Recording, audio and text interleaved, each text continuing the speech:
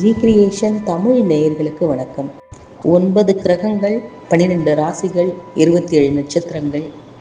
மனிதனின் வாழ்க்கை முழுமையாக அடக்கமாவது, இந்த முழுமை பெறுவதும் இந்த கிரகங்கள், ராசிகள், நட்சத்திரங்களை ஒட்டித்தான். அதிசயமாக இருக்கிறது, ஒரு குழந்தை இந்த உலகத்தில் ஜனிக்கிறது. அந்த குழந்தைக்கான அத்துணை விஷயங்களும் திரைக்கதை போல் அமைக்கப்பட்டு கடவுளால் வழிநடத்தப்படுகிறது. எப்படி வாழ்க்கை இருந்தாலும் சரி, அந்த மனிதனின் ஓட்டமும் வேகமும் கடவுளின் கையில் தான் இருக்கிறது என்பார்கள். அப்படி இந்த கிரகங்கள் மனிதனின் வாழ்க்கையில் என்ன செய்யும்? இந்த 9 கிரகங்களின் பிடியில் தான் வாழ்க்கை இருக்கிறதா? இதையெல்லாம் தான் இன்றைய பதிவில் பார்க்க போகிறோம்.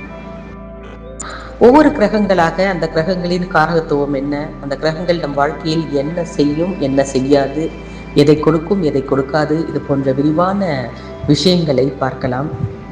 அடிப்படை ஜோதிடம் தெரிந்து கொள்ளலாம். இன்று நாம் பார்க்க போவது சந்திரனை பற்றி. சந்திரனை பற்றி நமக்கு தெரிந்ததெல்லாம் என்ன?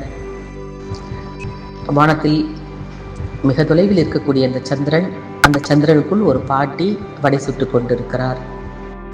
இதுதான் ஒரு குழந்தைக்கு சந்திரனை பற்றி அறிமுகமே.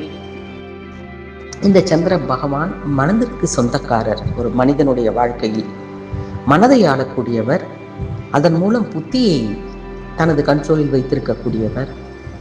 இந்த சந்திரன் ஒருவருடைய பிறப்பு ஜாதகத்தில் எந்தெந்த இடங்களில் இருந்தால் என்னென்னலாம் நடக்கும் என்பதை விரிவாக வேறொரு பதிவில் பார்ப்போம். ஆனால் இந்த பதிவில் நாம் பார்க்க போகிறது 2ஆம் இடம் என்று சொல்லக்கூடிய குடும்பஸ்தானம், 4ஆம் இடம் என்று சொல்லக்கூடிய சொத்து சுகங்களை தரக்கூடிய இடம், 10ஆம் இடம் என்று சொல்லக்கூடிய தொழில் ஸ்தானம். இந்த 3 இடங்களில், இந்த பாவங்களில் சந்திரன் அமர்ந்திருக்கும் பொழுது என்ன நடக்கும், அவர்களுடைய வாழ்க்கையில் என்ன மாதிரியான விஷயங்கள் எல்லாம் நடக்கும் என்பதை விரிவாக கொஞ்சம் பார்க்கலாம்.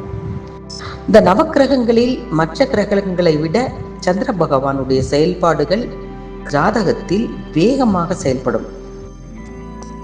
இந்த சந்திர பகவானை பற்றி முதலில் நாம் தெரிந்து கொள்ள வேண்டியது என்னவென்றால், ஒரு நிலையில்லாத தன்மையை கொண்டவர் சந்திர பகவான். ஒரே மாதிரியான நிலையான ஒரு எண்ணங்களை, சிந்தனைகளை சந்திர பகவான் வெளிப்படுத்த மாட்டார். காரணம், சந்திரன் ஒரு ஜல ராசி, ஜலத்தன்மை கொண்டவர். நீர் தத்துவத்தை அடிப்படையாக கொண்டு செயல்படுபவர் தான் சந்திர பகவான். நீர் தத்துவத்திற்கு அதிபதியே சந்திரன் தான். ஒரே மாதிரியான எண்ணங்கள், சிந்தனைகள், கற்பனைகள், செயல்பாடுகள் இதெல்லாம் இல்லாதவர் என்று சொல்லலாம். சந்திர பகவானை பற்றி யாராலும் புரிந்து கொள்ள முடியாது. தன்னுடைய எண்ணங்களை அடிக்கடி மாற்றிக்கொள்ளக்கூடியவர்களாக ஒருவர் இருப்பாரானால் அவர் சந்திரனின் ஆதிக்கத்தில் அதிகமாக இருக்கிறார் என்று அர்த்தம். அதே போல் நீர் தத்துவத்தை அடிப்படையாக கொண்ட சந்திர பகவான் நம்முடைய ஜாதகத்தில் 12 இடங்களில் எந்த பாவத்தில் இருந்தாலும் அந்த பாவம் சார்ந்த விஷயங்களில் நிலையில்லாத தன்மையை கொடுத்து விடுவார் என்பது ஜோதிடம்.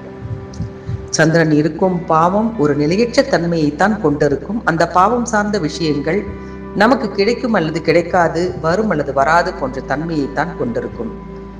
சந்திர பகவான் இருக்கும் பாவம் சார்ந்த விஷயங்களில் நம்முடைய செயல்பாடுகள் ஒரே நிலையாகவும் இருக்காதாம். குழப்பிக்கொண்டே இருக்க வேண்டாம் என்கிறார்கள். மனதை குழப்பிக்கொண்டே இருப்பவர்களுக்கெல்லாம் சந்திரன் ஆதிக்கம் அதிகமாக இருக்கும். 2ஆம் எண்ணில் பிறந்தவர்களுக்கு இந்த மனநிலை கண்டிப்பாக இருக்கும்.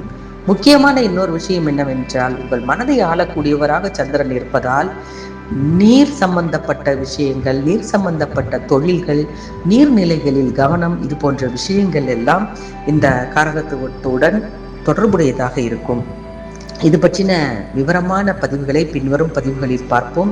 இப்பொழுது தெரிந்து கொள்ள வேண்டிய ஒரே விஷயம், இந்த சந்திர பகவான் நம் மனதை ஆளக்கூடியவர், நம் சிந்தனையை செழிப்பாக்கக்கூடியவர், எண்ணங்களை உயர்ந்தவையாகவோ தாழ்ந்தவையாகவோ மாற்றக்கூடியவர். சந்திரனுக்கே வளர்பிறை, தேய்பிறை என்ற 2 காலநிலைகள் ஒரு மாதத்தில் உண்டு. 15 நாள் தேய்பிறை, 15 நாள் வளர்பிறையாக இருக்கக்கூடிய சந்திரன் என்ன மாதிரியான விளையாட்டுகளை நம் வாழ்க்கையில் நடத்துவார், எதை உயர்த்தி பிடிப்பார், எதை தாழ்த்தி பிடிப்பார் என்பதையெல்லாம் இனிவரும் பதிவுகளில் விவரமாக பார்க்கலாம். இது போன்ற விவரங்களை எல்லாம் தெரிந்து கொள்ள மறக்காமல் ஜி கிரியேஷன் தமிழ் சேனலை சப்ஸ்கிரைப் பண்ணி வைத்துக் கொள்ளுங்கள். நன்றி, வணக்கம்.